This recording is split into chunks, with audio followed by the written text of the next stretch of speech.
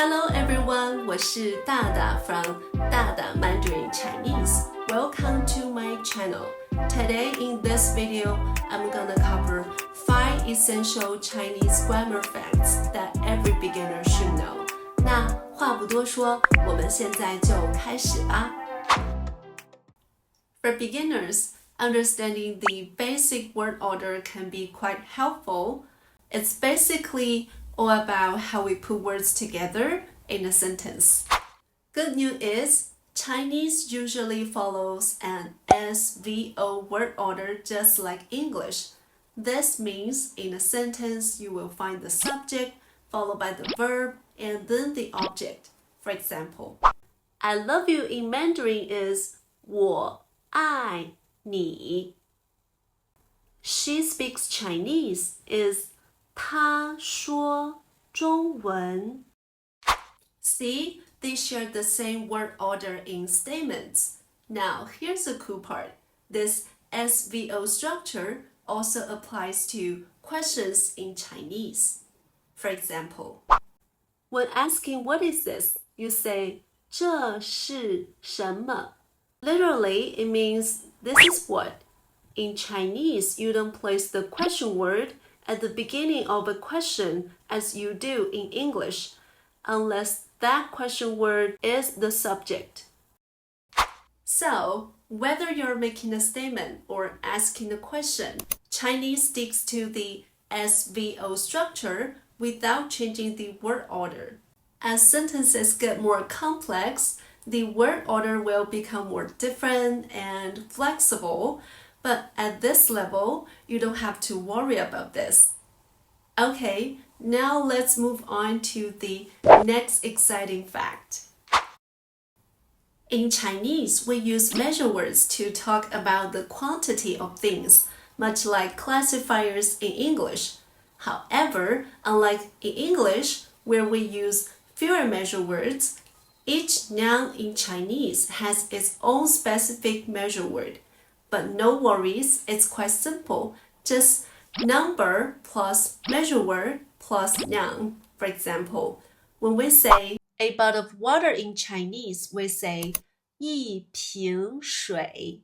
Here, 瓶 is the measure word for bottle, and there's no need for the preposition of as in English. Similarly, for 2 books, it's 两本书.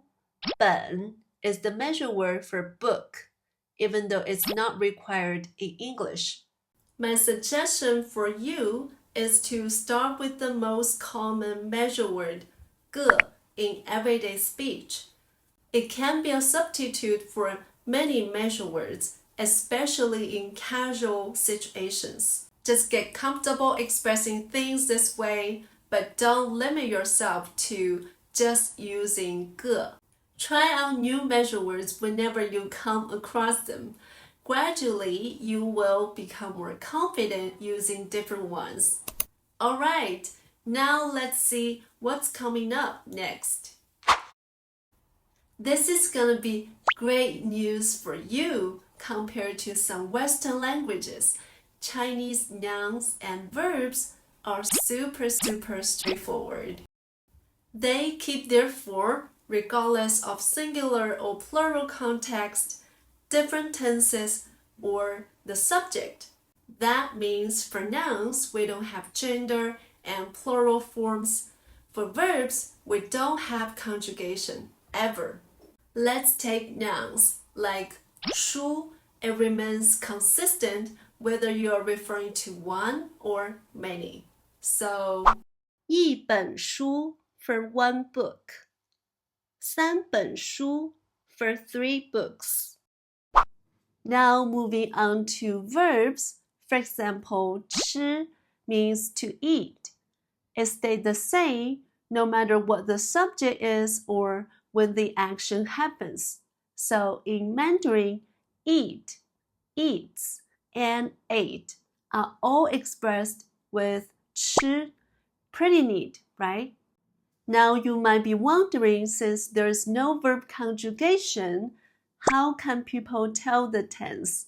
Now let's find out in the next fact. Chinese doesn't really have a strict tense system. Instead, it's a language that emphasizes aspects. The aspect focuses on how an action is viewed in terms of completion, duration, or repetition in a certain time period, rather than just its timing. That's why Chinese verbs don't reflect tense and do not have conjugation. Instead, we rely on other parts of speech like time words, modal verbs, or aspect particles to express the aspect or time range of an action. Like in this example, 我们明天吃火锅. The time word 明天 is already clear in showing future time information, so you wouldn't need anything else to convey the tense. That's very logical, right? So basically, you only need to focus on 4 aspects of Chinese language. They are the perfective aspect, marked by le, the progressive aspect, marked by 正在 or 在, the continuous aspect, marked by 着, and the experiential aspect, marked by 过.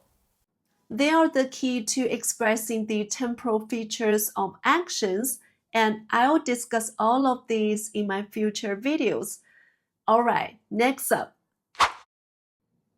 Particles in Chinese are function words. They don't have literal meanings, but can add extra meanings to words, phrases, or sentences. We have 3 main types of particles. First, there are aspect particles.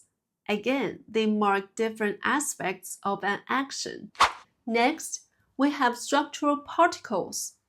They are used to indicate specific relationships between words. For example, we can use 的 to create a possessive relationship between 2 nouns. Also, you will be learning a lot more with the attributive 的, the complement 的, and the adverbial 的. So, stay patient. And finally, we've got modal particles. They are used to express the speaker's attitude, tone, or mood, and typically appear at the end of a sentence. For example, when we want to express a questioning tone, we throw in 吗. If we want to emphasize our emotions, we can add 啊, 好, 好吗, 好啊. So you see, particles are incredibly important and useful for both speaking and understanding the subtle differences of this language. Alright, learning Chinese grammar isn't just about memorizing rules. It's about getting used to a new way of thinking and communicating. Keep practicing and immersing yourself in this beautiful language. Trust me, it's not as difficult as you think. Let's make it together. Okay, thank you all for watching. If you enjoyed this video, don't forget to subscribe to my channel, and you're welcome to share any thoughts in the comment below. 那谢谢大家，我们下个视频再见，拜拜。